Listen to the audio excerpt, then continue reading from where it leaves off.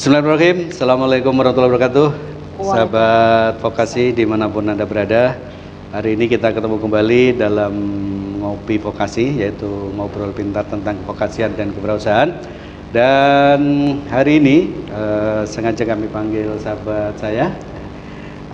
Beliau adalah akuntan, nah, gitu ya. Nanti kita akan banyak ngobrol tentang bagaimana cara mengelola tata kelola keuangan yang bagus bagi pengelola usaha. Nah, teman-teman sekalian, kenapa ini penting? Karena saya pernah baca satu rilis dari beberapa hasil riset bahwa UKM itu rata-rata tidak melakukan pembukuan yang bagus, ya, walaupun usahanya jalan. Nah, sehingga saya kira cukup perlu kita lakukan literasi tentang tata kelola keuangan bagi UMKM, sehingga laju perkembangan dari usaha itu bisa diketahui ibarat sebuah kolam begitu. Kita tahu isi banyak kolam itu adalah ketika kita tahu jumlah ikan yang di dalam, sehingga bahkan ada yang menyarankan bahwa kolam itu kalau bisa dijadikan akuarium supaya jelas berapa jumlah ikan dan berapa jumlah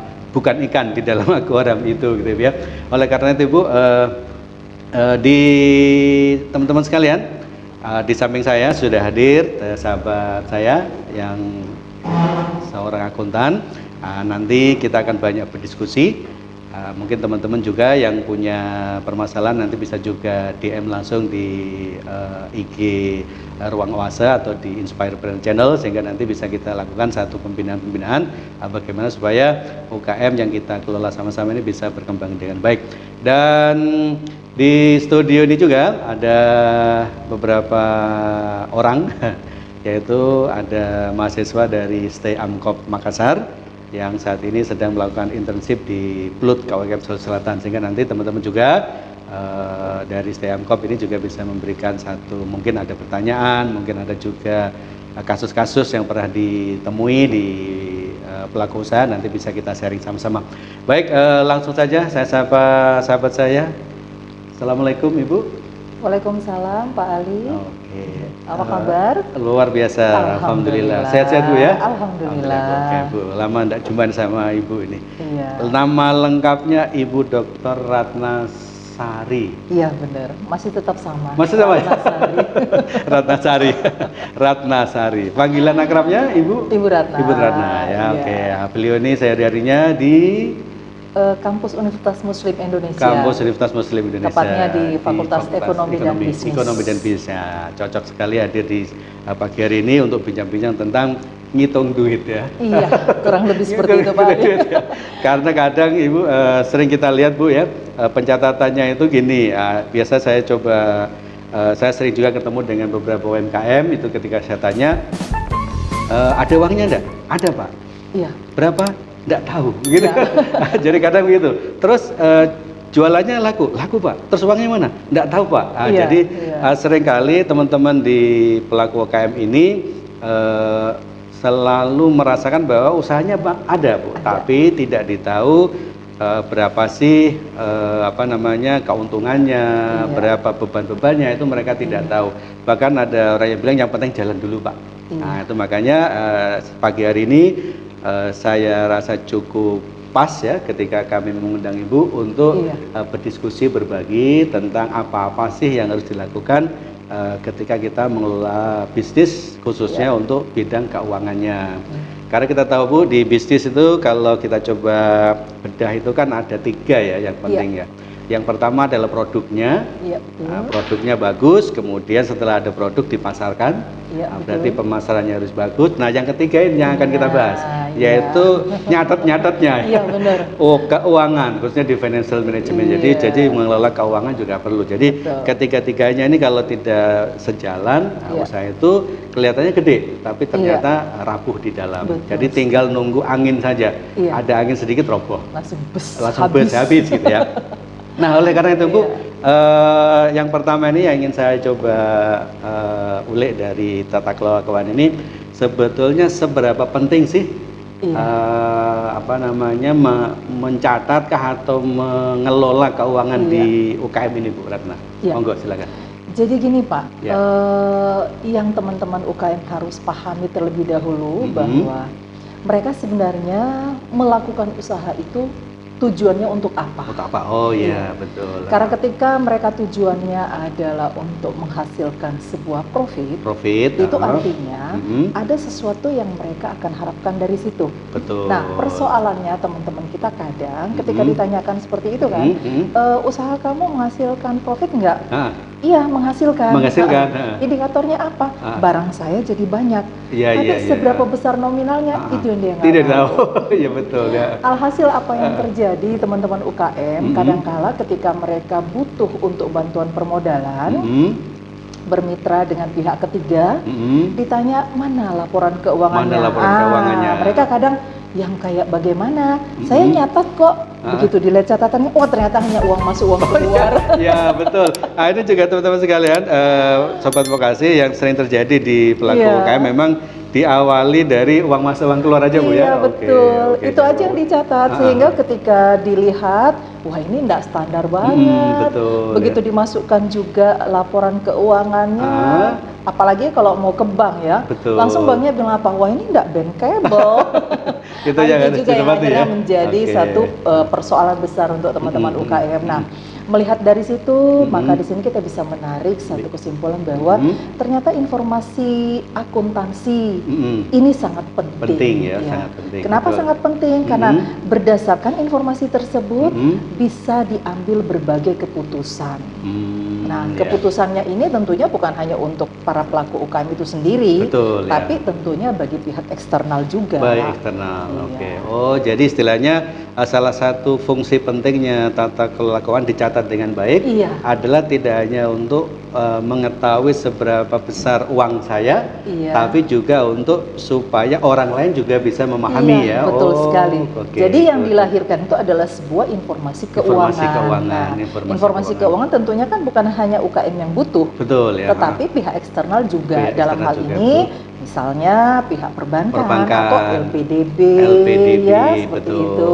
Atau bahkan juga teman yang mau join investasi Iya bisa betul ya? sekali, Iya, betul iya. sekali. Karena kan dari situ mereka bisa melihat bahwa ini kalau saya berinvestasi di UKM ini ada nggak sih saya bisa mendapatkan benefit? Iya betul. Nah, karena ya. dari informasi yang ada di situ juga bisa mendapatkan informasi yang kita prediksi. Oke. Tapi ya lagi-lagi seperti itu, apa yang mau diprediksi kalau tidak membuat pencatatan. dapat pencatatan. Dan oh iya Pak Ali, ada satu hal yang sebenarnya yang paling mendasar yang terkadang dilakukan oleh teman-teman UKM. Betul ya. Mereka sering mencampur adukkan antara uang pribadi dengan uang usaha. Oh iya, jadi Iya. teman-teman dengar itu ya, salah satu yang sering terjadi adalah apa tadi Bu Ratna? Mencampur adukkan Mencampur antara uang pribadi dan uang pribadi usaha. dan usaha. Karena memang kan pada prinsipnya kita berusaha kebanyakan kalau Kebanyakan dari ya. UKM itu kan mereka sebenarnya hanya ini kan usaha saya. Betul, Karena dia menganggap bahwa ini adalah usaha saya, maka uangnya itu dicampur adukkan. Dicampur, wah. iya, Padahal betul. sebenarnya trik yang paling mendasar itu adalah ada yang namanya konsep entitas. Oh iya. Iya, di mana konsep entitas itu dia harus berdiri sendiri. Jadi Berdiri sebuah sendiri. usaha itu dipandang sebagai sebuah entitas, yang berbeda dari kepemilikannya. Pemilikannya. Ya. Oh, Jadi iya. jangan sampai yang terjadi teman-teman mentang-mentang ini adalah uang saya. Betul ya. Itu dicatat aja semuanya. Padahal sebenarnya harus dipisah. Bisa ya. Oke, Ketika kita melakukan sebuah usaha, misalnya nih contoh nih Donata, ya. Donata, gitu Donata, ya. ya. Ini ownernya siapa ya? Ownernya Ibu Ajeng Kurnia. Ajeng Karina. Oh iya iya Ya, iya. Iya. Ibu Ajeng Karina. Iya. Alhamdulillah ya. Ini sempat juga kami menikmati. Nikmati ya kemarin. Oke, Iya, oke. ya alhamdulillah deh rasanya. Nah, mudah-mudahan Mbak Ajeng ini sudah memisahkan ya ketika beliau menginvestasikan modal awalnya ke dalam usahanya yang bernama Donata ini, itu sudah harus dicatat tersendiri. Betul. Itu ya. sebagai utang dari usaha Donata kepada Pemiliknya. Iya. Oh, jadi ternyata teman-teman sekalian, jadi harus catat dengan rapi berapa uang yang kita investasikan ya untuk usaha betul, kita. Betul. Oke, jadi itu teman-teman sekalian, jadi pentingnya seperti itu Bu ya. Iya, jadi intinya adalah bahwa pelaku UKM itu harus benar-benar melakukan satu pola pencatatan. Betul. Baik nanti untuk mengetahui dari kondisi usahanya untuk dirinya sendiri maupun untuk orang lain atau eksternalnya. Oke, baik, karena kita tahu bahwa mayoritas Bu ya, apa yang kita nikmati adalah hasil-hasil UMKM. Betul sekali. Makanya pemerintah juga saat ini lagi kejar-kejaran mengembangkan UMKM karena dari situlah memang banyak menggerakkan perekonomian di masyarakat. Betul. Oke, kita balik lagi ke keuangan. Sepertinya menarik banget nih. Tadi kan kita udah tahu sisi pentingnya Bu ya. Terus kenapa sih teman-teman tadi kalau saya baca tadi ya, itu kan UMKM itu tidak melakukan sebuah pencatatan yang baik.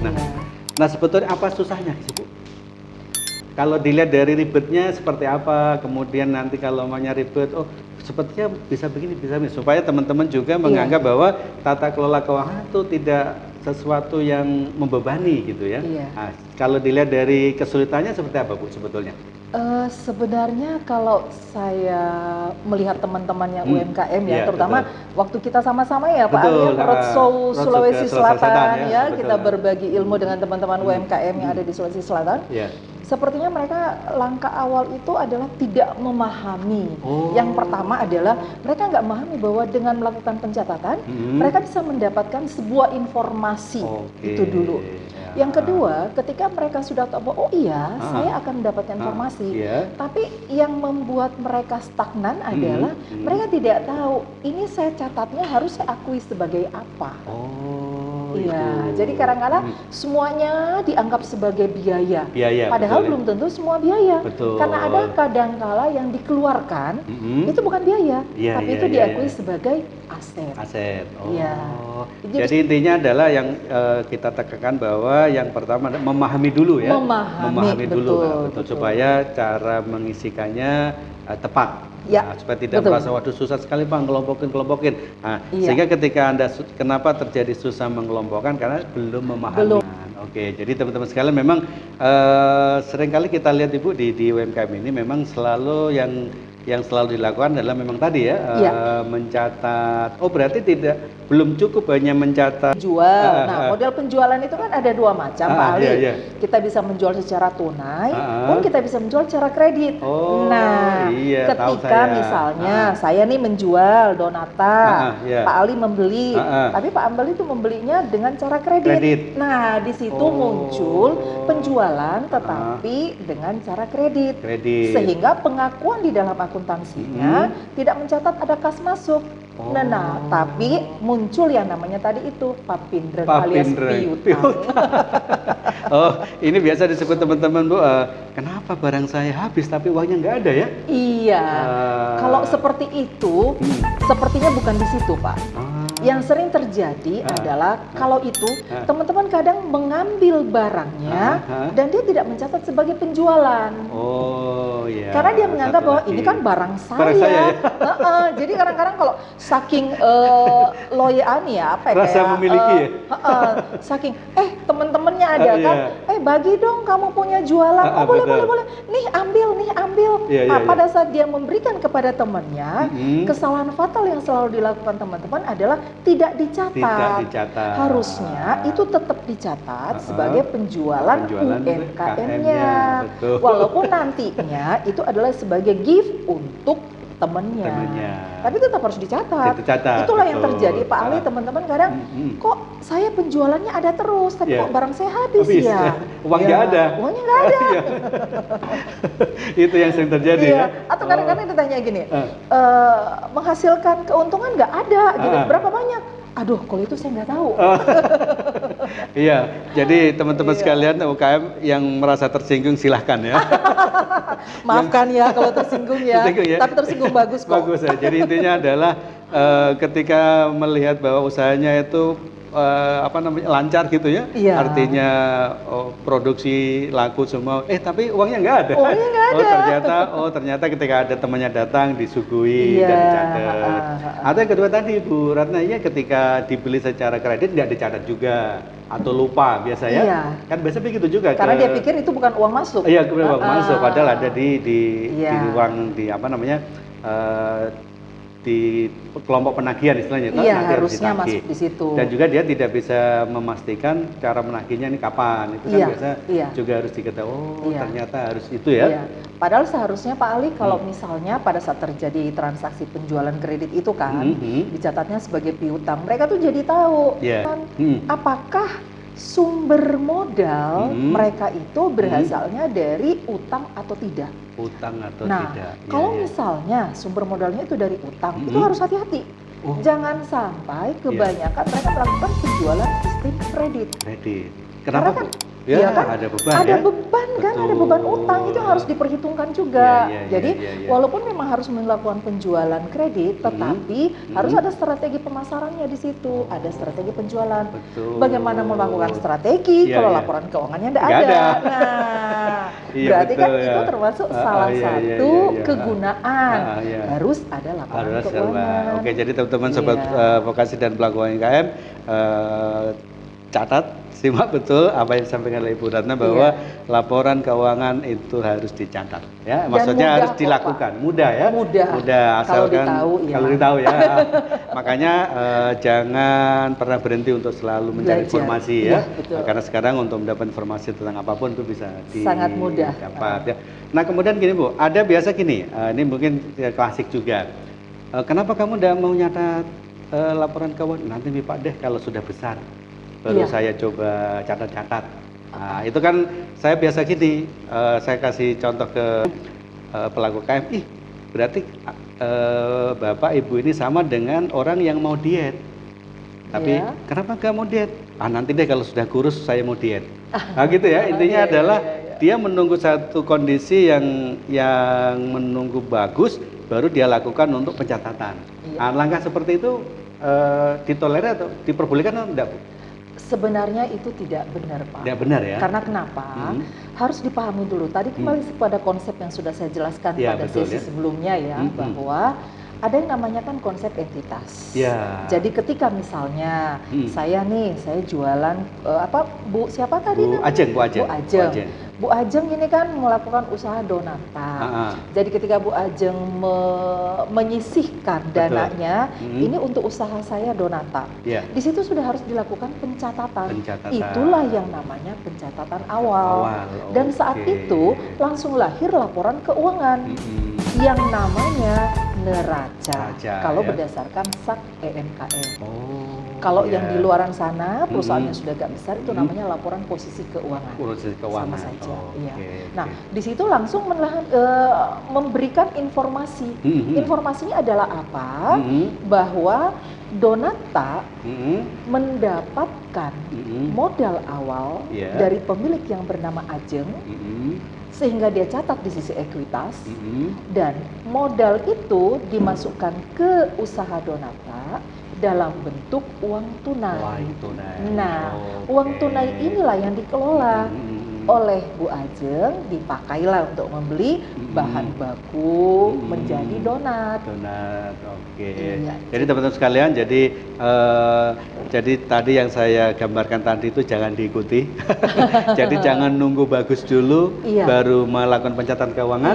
Tidak boleh, dimulai dari awal. Betul sekali. Dimulai dari awal. Walaupun nanti coba lakukan serapi mungkin serajin mungkin. Nah, nanti akan menemukan manfaatnya ya. Karena seringkali kita mendapatkan satu tawaran, mendapatkan juga mungkin kerjasama itu adalah dilihat dari seberapa bagus pencatatan keuangannya. Laporan keuangannya laporan keuangannya lebih tepatnya. Karena kebanyakan yang kami pantau juga itu adalah mereka melakukan pencatatan, tapi belum menjadi laporan keuangan. Padahal yang dibutuhkan itu adalah laporan keuangan, karena di dalam laporan keuangan itulah informasi yang digunakan oleh pihak-pihak yang berkepentingan. Eksternalnya. Baik. Itu teman-teman sekalian, jangan beranjak dulu karena nanti kita akan bahas secara tuntas ya, tip-tipnya kayak apa, kemudian kesalahan-kesalahan yang sering terjadi yang dilakukan oleh teman-teman apa, nanti kita akan